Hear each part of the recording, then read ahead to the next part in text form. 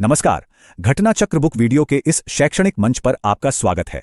हमारा उद्देश्य है ज्ञान को सरल, स्पष्ट और सुलभ रूप में आप तक पहुंचाना। आइए आरंभ करते हैं अध्ययन और सफलता की इस यात्रा को। नमस्कार। आज बात करते हैं बिहार की एक बहुत ही जरूरी योजना के बारे में, मुख्यमंत्री प्रखंड परिवहन योजना।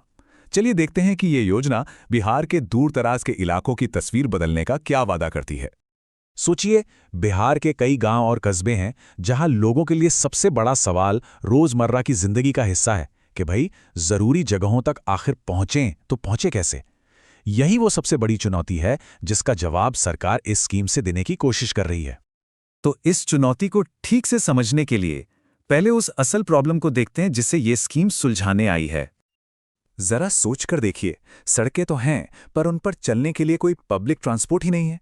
बिहार के न जाने कितने इलाकों में लोगों के लिए रोज की जिंदगी की यही सच्चाई है और इसी गैप को, इसी खाई को भरने की जरूरत है।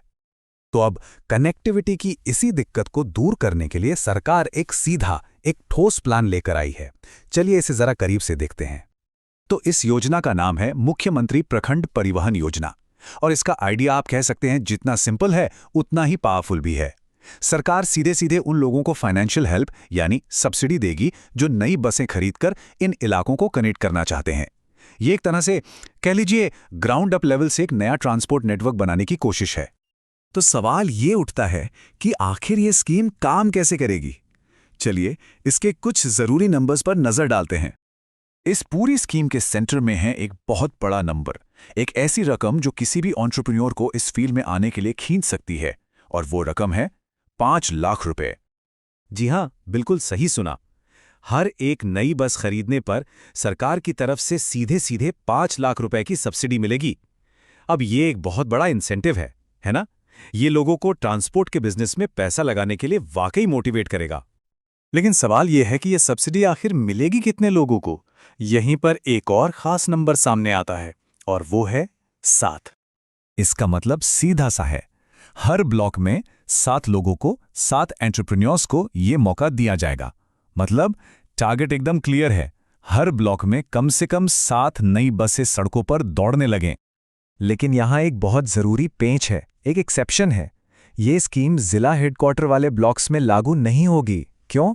क्योंकि इसका मकसद एकदम साफ है, फोकस उन दूर के इलाकों पर रखना है जहां ट्रांसपोर्ट की सबसे ज्यादा जरूरत है। तो सवाल है कि ये 7 लोग, ये 7 बेनिफिशरीज आखिर होंगे कौन? सरकार ये कैसे तय करेगी कि इसका फायदा सही लोगों तक पहुंचे? चलिए इस सिलेक्शन प्रोसेस को समझते हैं।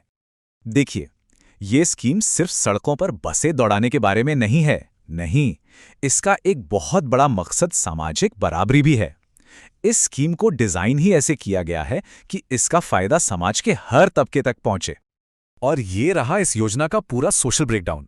हर ब्लॉक में जो 7 लोग चुने जाएंगे, उनमें से 2 होंगे अनुसूचित जाति या जनजाति से, 2 होंगे अति पिछड़ी जाति से, 1 पिछड़ी जाति से, 1 अल्पसंख्यक समुदाय से और 1 होगा सामान्य वर्ग से। तो ये जो पूरा कोटा सिस्टम है, ये पक्का करता है कि ये जो बिजनेस का मौका है, ये कुछ ही लोगों तक सिमट कर ना रह जाए, बल्कि समाज के हर हिस्से को आगे आने का बराबर चांस मिले। तो आखिर में इस पूरी स्कीम का बड़ा गोल क्या है? ये सिर्फ बसों के बारे में नहीं है, ये उससे कहीं बढ़कर है। सरकार के हिसाब से देखें तो इसके 3 बड़े मकसद हैं, और मजे की बात यह है कि ये तीनों एक दूसरे से जुड़े हुए हैं। पहला, लोगों को आसान ट्रांसपोर्ट देना। दूसरा, जब ट्रांसपोर्ट बेहतर होगा तो जाहिर है लोगों की क्वालिटी ऑफ लाइफ भी सुधरेगी। और तीसरा, जब लोग आसानी से आ जा पाएंगे तो दूर दराज के इलाकों में भी रोजगार के नए मौके बनेंगे। और जैसा कि ऑफिशियल डॉक्यूमेंट में लिखा है, ये एक अग्रणी योजना है। इसका मिशन सिर्फ 3 शब्द: आबाद, तेज और सुविधाजनक पहुंच। और यही 3 शब्द आप कह सकते हैं इस पूरी स्कीम की जान है, इसकी आत्मा है। तो आखिर में सवाल बस यही रह जाता है, क्या ये स्कीम कागज पर जितनी अच्छी लग रही है उतनी ही जमीन पर भी कामयाब होगी? क्या ये सच में बिहार की ट्रांसपोर्ट स्टोरी में एक नया चैप्टर लिखेगी? खैर, इसका जवाब तो आने वाला वक्त ही बताएगा।